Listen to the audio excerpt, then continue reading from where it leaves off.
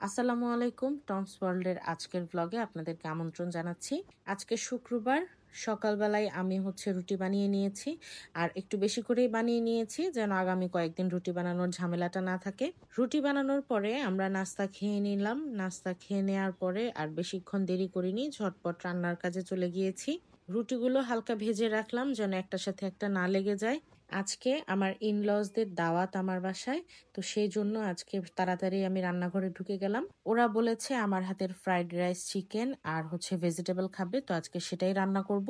রান্নাঘরে ঢুকেই আমি প্রথমেই চিকেনটা মেরিনেট করে নিলাম। মেরিনেশনের জন্য এখানে আমি ঘরোয়া মশলাই ব্যবহার করছি, সাথে দুটো সস অ্যাড করেছি, সেটা হচ্ছে বারবিকিউ সস আর টমেটো সস। রান্না বান্নার ক্ষেত্রে আমি মূল থিমটা ঠিক রেখে আমার পছন্দ অনুযায়ী মশলা অ্যাড করি, এই কারণে আমার রান্না এক এক সময় এক এক টেস্ট হয়। আজকে যেহেতু আমার বাসায় দাওয়াত, তো আমি সেই ক্ষেত্রে আপনাদের সাথে দাওয়াত রিলেটেড একটা আলাপ শেয়ার করি। সাধারণত আমরা যখন কোনো জায়গায় দাওয়াত খেতে যাই, তখন সেই বাসায় কিছু নিয়ে যাওয়ার ক্ষেত্রে কোন জিনিসগুলোর কথা আপনার মাথায় সর্বপ্রথমে আসে? আমি যদি ভুল না হয়ে থাকি, সেক্ষেত্রে অ্যান্সারটা আসবে ফল অথবা মিষ্টি। অবশ্যই আমরা আমাদের সামর্থ্যের মধ্যে বেস্ট জিনিসটা নিয়ে যেতে চেষ্টা করি, এবং যিনি দাওয়াত করেন তিনিও তার সর্বোচ্চটা দিয়েই আপনাকে আপ্যায়নের চেষ্টা করেন। কিন্তু আমার কাছে সবসময় মনে হয় যে কারো বাসায় বেড়াতে গেলে ফ্রুটস অথবা মিষ্টি নিয়ে যাওয়ার চেয়ে তার প্রয়োজনীয় যে কোনো জিনিস নিয়ে যাওয়া ভালো। আমাদের সবার মাথায় রাখা উচিত সবার ইনকাম একরকম না। আমি একটা নর্মাল এক্সাম্পল দিই। এখন তো ইলিশের মৌসুম চলতেছে, সবাই ইলিশ মাছ খাচ্ছি, কিন্তু একটা বড় সাইজের ইলিশ যেটা দাওয়াতে আমরা খেয়ে থাকি, সেই ইলিশ মাছটার দাম কত? একটা বড় সাইজের ইলিশ কিন্তু কিনতে গেলে মোটামুটি ৩,০০০ টাকা পড়েই যায়। আচ্ছা, ৩,০০০ টাকা দিয়ে একটা ইলিশ মাছ কেনা হলো। এরপরে কিনা হলো গরুর মাংস। গরুর মাংস 2 কেজি প্রায় ১৫০০ থেকে ১৬০০ টাকা। এর কম বেশিও হতে পারে, কিন্তু আমি জাস্ট একটা র্যান্ডম হিসাব দিচ্ছি।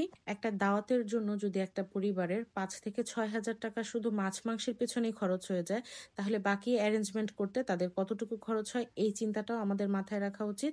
এরপরে আমরা দাওয়াতে গেলে খাবার তো অপচয় করি। শুধু দাওয়াতে না, বিয়ে বাড়িতে গেলে দেখা যায় যে বিয়ের দাওয়াতে মানুষ কি পরিমাণে খাবার নষ্ট করে।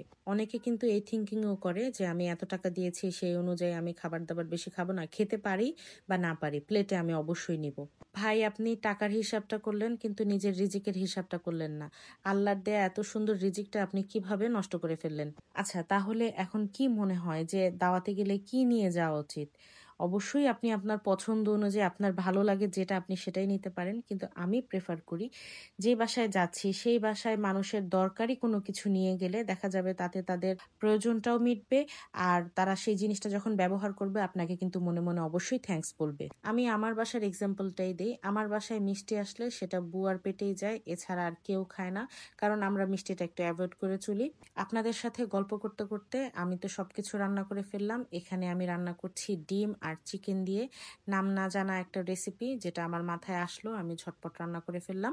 এছাড়াও আমি রান্না করেছিলাম ভেজিটেবল ফ্রাইড রাইস, আর চিকেনটা আমি একটু বারবিকিউ স্টাইলে করেছি। এই ছিল আমার আজকের ভ্লগ। দুপুরে সবাই একসাথে খেয়েছি, খাওয়া দাওয়ার পরে একটু গল্প গুজব করেছি। খুব সুন্দর কাটলো আমাদের শুক্রবার, আলহামদুলিল্লাহ। আপনাদের সাথে দেখা হচ্ছে নেক্সট ভ্লগে। সে পর্যন্ত সবাই ভালো থাকবেন।